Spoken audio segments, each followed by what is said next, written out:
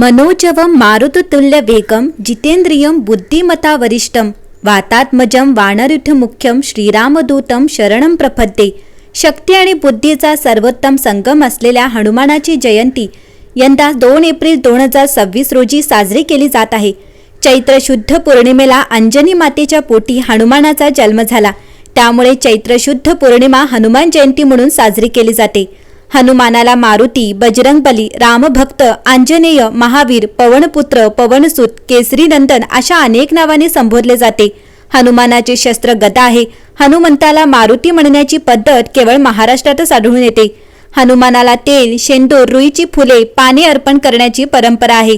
हनुमानाला महादेव शिवशंकराचा अवतार मानले जाते। दशरथाच्या राण्यांप्रमाणेच तपश्चर्या करणाऱ्या अंजनीलाही पायस मिळाले होते व त्यामुळेच मारुतीचा जन्म झाला होता। मात्र हनुमानाच्या जन्माविषयी काही रहस्यही सांगितले जातात। यंदा पौर्णिमा कधी लागणार आहे, चला आपण जाणून घेऊ। 2026 मध्ये चैत्र पौर्णिमा 2 दिवस 1 आणि 2 एप्रिल असल्याने तिच्या तारखेबद्दल काही संभ्रम निर्माण होऊ शकतो आणि धर्मग्रंथानुसार उपवास, स्नान आणि दान करण्यासाठी वेगवेगळ्या वेळा महत्त्वाच्या आहेत।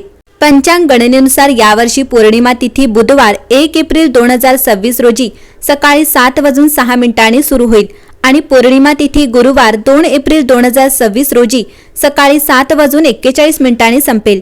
धार्मिक नियमानुसार उपवास आणि स्नानासाठी वेगवेगळे दिवस निवडले गेले आहेत। उपवासासाठी 1 एप्रिल हा सर्वोत्तम दिवस आहे आणि पौर्णिमेचा उपवास नेहमी त्या दिवशी केला जातो, जेव्हा संध्याकाळी चंद्रोदयाची वेळी पौर्णिमा असते आणि 1 एप्रिल रोजी सायंकाळी 6:11 चंद्रोदय होईल।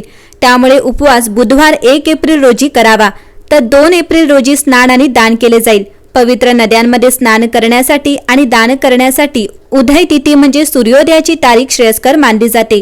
पौर्णिमेची तारीख ही 2 एप्रिल रोजी सूर्योदयाच्या वेळी असेल, त्यामुळे गुरुवार 2 एप्रिल रोजी स्नान आणि दान करणे हा सर्वोत्तम काळ आहे आणि याच दिवशी हनुमानाचा जन्म झाला होता।